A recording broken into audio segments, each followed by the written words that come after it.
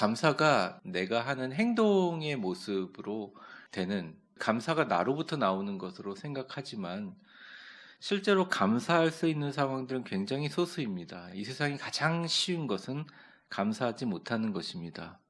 가장 하기 쉬운 것은 감사하지 못하고 불평하는 것이죠. 하지만 감사하는 것은 생각보다 어렵습니다.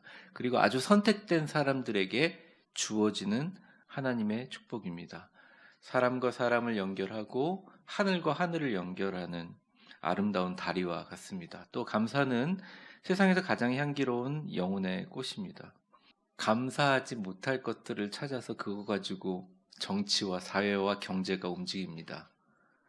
그런 문화 속에서, 그런 생태 속에서, 어쩌면 그런 잘못된 신앙 속에 살아오면서 그것들이 일상화된 분들에게 감사를 얘기하면 감사를 꼭 우리의 존재 중심으로 받아들이지 않고 그냥 윤리로 생각합니다. 목사님 감사하라 했으니 감사해야지, 헌금해야지. 오늘은 그 말씀을 드리고 싶지는 않습니다. 그 말씀은 드리지 않아도 우리가 훈련되어 있고 잘 알고 있습니다. 저는 우리 성도들이 가지고 있는 깊은 감사, 또 좋은 신앙의 아름다운 전통 위에 오늘 예수님이 보여주신 오병이어의 감사를 얹으려고 합니다. 예수님은 안드레와 빌립에게 원하는 게 있었습니다. 그들에게 상황을 듣기를 원하는 게 아니라 듣고 싶었던 것은 그들의 믿음이었다는 거예요. 근데 그 믿음은 상황이랑 전혀 상관없는 믿음을 이야기하는 것입니다. 경제적으로 어려운 분들이 있을 수 있고 건강으로 안 좋은 분들이 있을 수 있고 아무리 기도해도 상황이 변하지 않는 분들이 분명히 이 자리에 있을 수 있습니다.